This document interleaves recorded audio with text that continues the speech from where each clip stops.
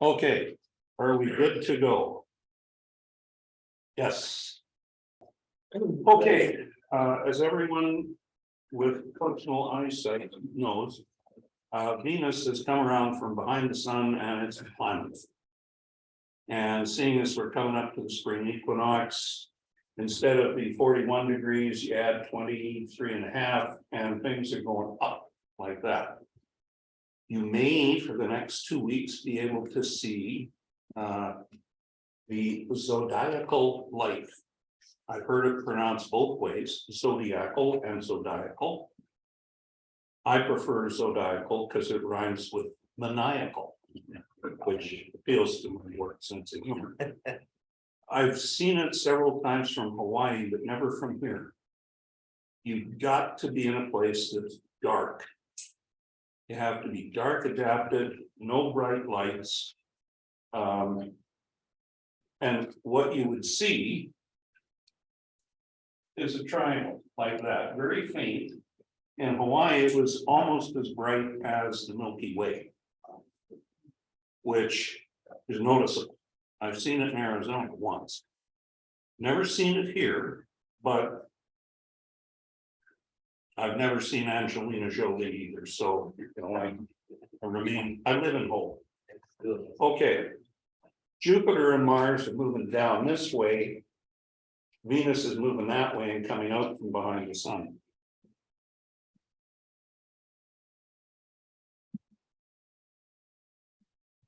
Okay, new moon, March 21st.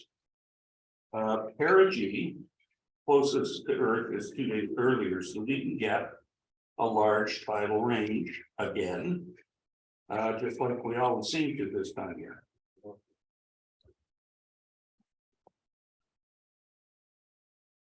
On March 22nd, there's a conjunction of a very new moon and Jupiter. This one's going to be tough because the new moon is only 1 day old. And although binoculars make it easier to find, you're going to be about that far away from the sun. So take precautions, which I'll cover. And right after sunset on the 22nd, you'll be able to see Jupiter, Venus, and the International Space Station with some qualifications. The timing is never exact. But if you've got a camera and you're set up, you can take some really cool pictures of that. And there's a conjunction of Venus and Uranus, March 30th. I have never seen Uranus that I'm aware of. And all the times when it's been, right next to the moon or anything, I've tried seeing it when the moon's up there and forget it. If the moon's in the frame of in the field of view of the binoculars, you've got no night vision left and you can't see it. So one of these days. Alrighty. Here's that tough one, March 22nd. If you can get the sun behind a tree or a building or something, you've got a shot. But, of course, this assumes the sky is perfectly clear, which is a stretch.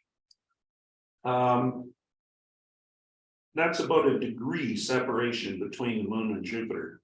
And binoculars will help you find Jupiter because it pops right out. But don't take a chance if you can't get out of direct sunlight. Don't try it. Your corneas are worth a lot more than that. So that is March 22nd at 2:58 p.m. These are all stellarium screenshots, of course.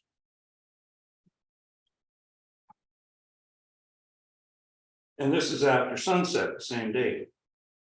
You'll have Jupiter and the moon just about 10 degrees above the horizon at 7:54 p.m. Venus is up there glowing like an airplane landing light. And the International Space Station, yes, it does rise in the west, because it was launched towards the east when they launched it. You always do that. You take advantage of the Earth's rotation, so it rotates faster than we do. So it comes up in the west, goes across, and goes down in the east, because that's the direction we fired it in. And interestingly, the Baikonur Cosmodrome is at 51 north. Same as Calgary and same as London, England. And I was working in London when they launched the Zarya module, the first piece, and they launched it from Baikonur. And I knew they'd done this, and I was used to watching stuff on Heavens Above, you know, keeping up the satellites and so on. And I walked out onto the little balcony of the place I was in. And the sun hadn't risen, but it was definitely shining at 30,000 feet. It was just before sunrise, because here comes an aircraft leaving a little bit of a contrail, and it's just lit. And right beside it, a little bit higher up, comes the rocket with the Zarya module attached to it. And the two of them were going exactly the same speed. One of them 6 miles up and the other's 260 miles up.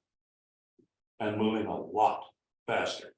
Coolest thing I've seen in a long, long time. We will see the space station. We're starting to see some evening appearances of it, which is kind of neat, because I'm not a morning person. And why does it vary?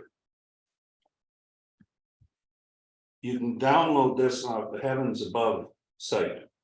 This is the height of the space station with time. So this goes from March 2022 to now. So over here, oh yeah, it does, yeah. March, you can see all these little drops that it takes. And they're not straight. They wiggle and they vary. Because solar activity warms up the atmosphere, and it expands and then contracts and expands and contracts according to solar activity. And it's very tenuous up there. There's not a lot of molecules. But if you double them, you double the drag.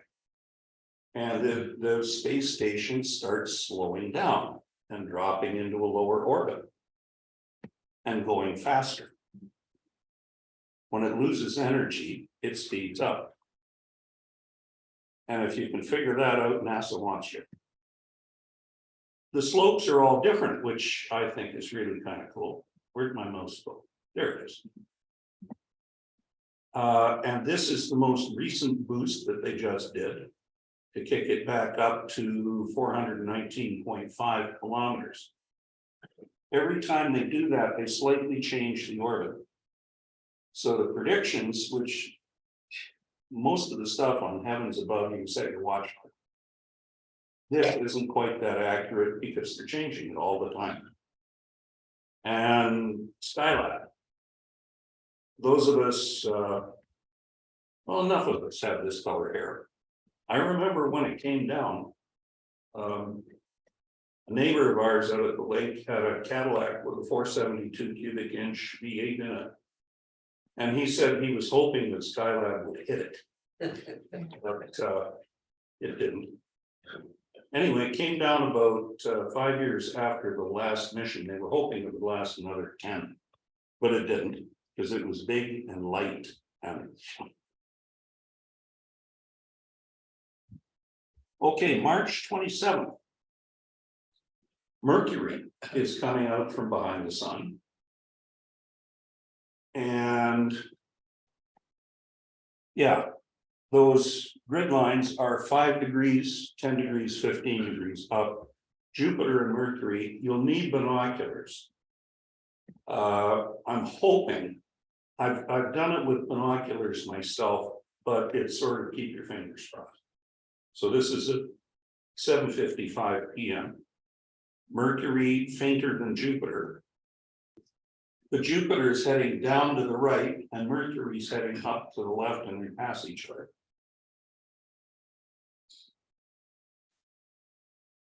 On the 30th, two bright planets in the west. Whoa. And here's Uranus again. Please let me see it this time. I may have seen it before, but I don't know that I've seen it. I'm not about to try star hopping with a 65-pound telescope at my age, trying to find it. My patience. Perfect at the observatory for that. Well, I know. You can get someone up there to run it for you. Oh, I Perfect. have my ways. Anyway, this is 8:40 on the 30th. Now, that's what it will look like. Mercury will be just above the horizon and a little bit north of due west, and up there's Venus. But if you zoom in, bingo. Now this is zoomed, those grid lines are 1 degree. And 45 degrees down and to the left is Uranus. And you should, if this is accurate, and stellarium, as far as I'm concerned, is just awesome. They always seem to have everything exactly right. ISS pastimes, I'm not sure about, but of course those vary. But everything always seems to be exactly where they say it will be. And Uranus is about magnitude 5.6. This will be 22 degrees above the horizon, so you're not looking through 1,000 miles of air. And it's, I don't know if you can see it as a disk. I mean, Jupiter you can, Mars, all these things with reasonable magnification. I don't know about Uranus, because like I said, I've never seen it. And I'm hoping that the glare from Venus won't blow my night vision completely. Oh yeah, and here we go, deja vu all over again, as Mr. Barrow would say. March 21st is new moon, and the 19th was perigee. And this is the Davis Bay Pier 2 months ago. A little bit of high touch there, maybe. Yeah, I mean, you see the kayakers scooting under that pier routinely. You wouldn't do it on this day. And the funny thing is, last year, I took a picture at 8 in the morning on December, whatever it was, super low tide. And this little bunch, here's the money, there we are. This group of piles right here, you could have walked to the base of them. Yeah. They're out of the water. Okay, so one of these ones here, I think it's the next one. This is what I'm hoping to get the Coast Reporter to print. The best model of a solar eclipse. That's an eclipse with 10 Oreo cookies. You start at the bottom and you work your way around, and here comes the moon crossing in front of the sun. Totality. And then it slowly pulls away, and you're back to this again. And the cool thing is, when you're done, you can eat 10 cookies. Why couldn't I have it? Okay, so nothing interesting. And my little sound effect of Porky Pig won't play. No.